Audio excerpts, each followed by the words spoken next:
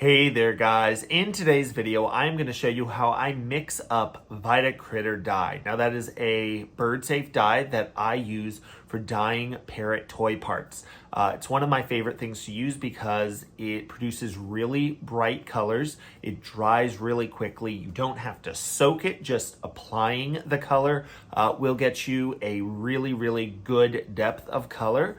So if that is something you guys are interested in seeing, you want to make sure to stick around because that's going to be coming up right after this.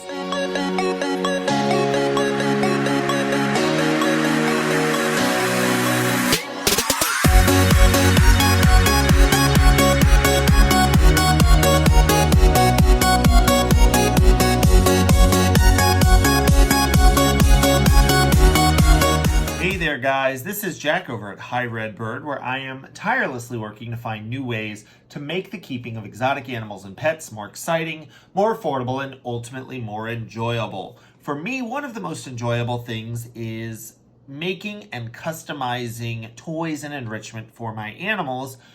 For my birds, providing them brightly colored toys can be a really fun thing to do. So I like using Vitacritter as a dye. I've showed you guys how to use Vitacritter itself to dye, but I have had people ask how to mix it up, and it is reasonably straightforward. So there are a couple of things that I'm going to start with. First and foremost, you are going to need a protective drop cloth. Whatever surface you are working on, you want to make sure that you have something that will protect your surface. You want to have something non-permeable. So you want to avoid things like newspaper. You want to avoid maybe a cloth, drop cloth. You want to make sure that if you have spills, you're going to be able to clean those up easily. So here I'm just using a trash bag. That's going to work for the space. Now I do also need some 70% rubbing alcohol. You of course are going to need your dye if you would like to mix up your dye.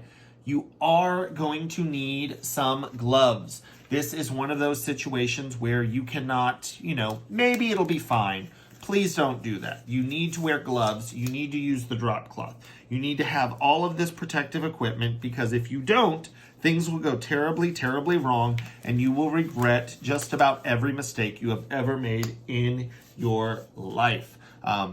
As is, I have already lightly ripped my gloves, so I'm already beginning to wonder, maybe I should be questioning my life choices, but I think that gives me enough coverage that I should be fine. I'm really hoping that this video won't turn into a demonstration of please don't do what I did. Now, we are going to be mixing this up, so we're going to need to take a little bit of this rubbing alcohol out of the container. The directions are to mix 1 part of dye to 15 parts of rubbing alcohol. And since I am using the sample pack, these are 1 ounce bottles of 9 different colors. Here I have the teal. So I'm going to need 15 ounces of rubbing alcohol. So the way that I accomplish that, I'm going to use a measuring cup and I'm just going to very nicely pour out 1 ounce of that rubbing alcohol. Now, one thing you're going to notice when you have your gloves on, trying to get the caps off of things like the rubbing alcohol and the dye can be a little bit difficult. I like to have some needle nose pliers nearby because I can just punch into it and then peel off the rest of that lid. Once I've got enough that I can grab it, that's fine. It's just very difficult to do in the gloves. So I'm just going to carefully pour off 1 ounce of rubbing alcohol. There we go. You can see it's not much at all. What I like to do is if I have a big bottle of hand sanitizer or anything, I'll just go ahead and pour that in. It'll work just fine. Now I'm going to go ahead and pour my dye into this container of rubbing alcohol. You may need a funnel. Use your best judgment when you figure out how cleanly you have taken off your inner seal. So again, I'm going to go ahead, just punch through. You don't want to go all the way into it. You don't want to cause the dye to splash everywhere. Just get it so you can get a good grip on it.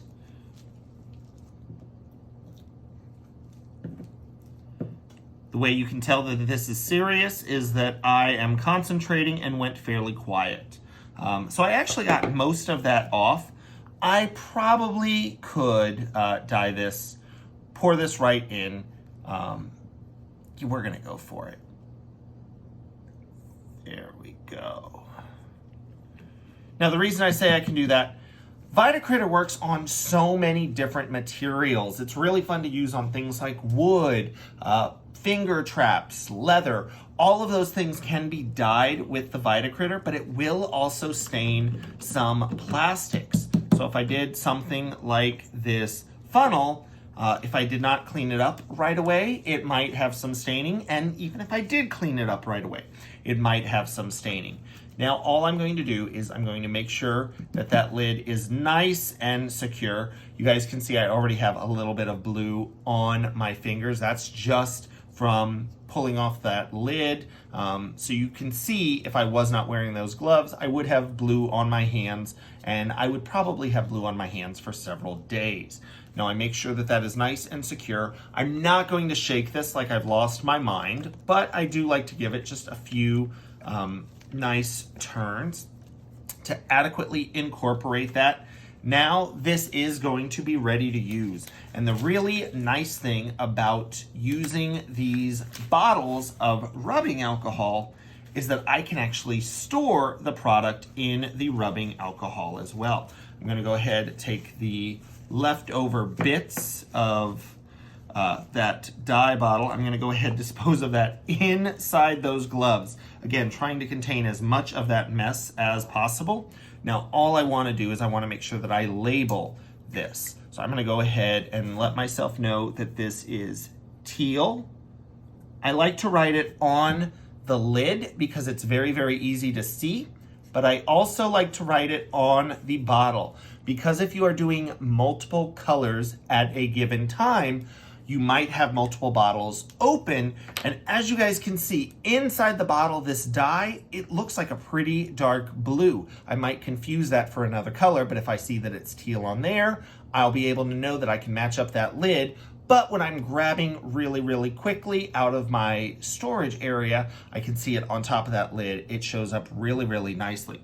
So that is how easy it is to mix up the Vitacritter colors. Again, you can use them for so many different things, but I do encourage you guys, first and foremost, when it comes to mixing this up, you want to make sure that you do everything in your power to try to eliminate the chance of ruining some of your surfaces. If you were doing that on something like your dining room table, that could be potentially problematic.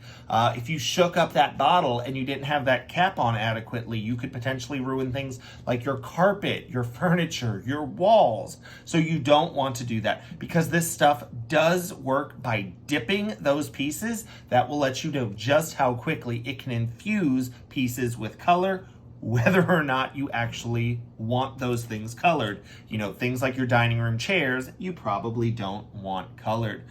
So I certainly hope that you guys have found this helpful. Vitacritter is really, really easy to mix up. It is one of my favorite colors to use when it comes to making Parrot toys. I will put a link in the description section down below of where you can get Vitacritter if that is what you guys would like to use.